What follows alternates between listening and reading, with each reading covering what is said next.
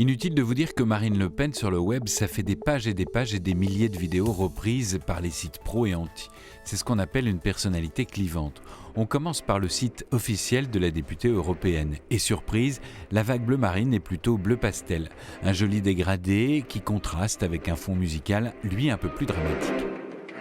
La page est classique, CV de jury spécialiste du droit pénal. Autant vous dire que dans ce papier, je vais peser mes mots au trébuchet pour que le FN ne me colle pas un de ses nombreux procès. Étonnement encore, Marine Le Pen siège au Parlement européen à côté de son papa comme indépendante. Tout à fait dans sa logique de se débarrasser et de débarrasser le Front National de l'étiquette d'extrême droite.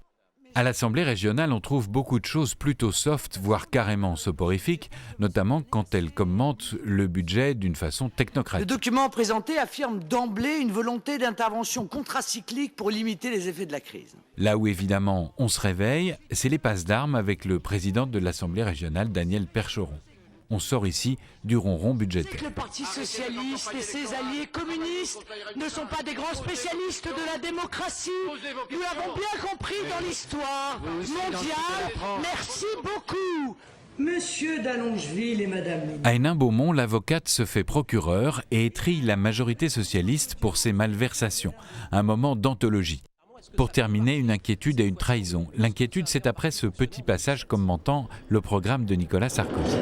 Encore des mots, toujours des mots, les mêmes mots. Marine, à droite, on a déjà Roselyne Bachelot et Carla Bruni sur les talk-shows et les plateaux télé avec un talent variable. La trahison, c'est le titre du Figaro sur sa volonté de faire du village de Brachet en Haute-Marne sa roche de solutré. Attention Marine, les habitants d'Hénin-Beaumont vont faire la gueule qu'on puisse préférer la Haute-Marne à leur terri. Les citoyens martyrisés par la crise, ce sont eux et pas les autres.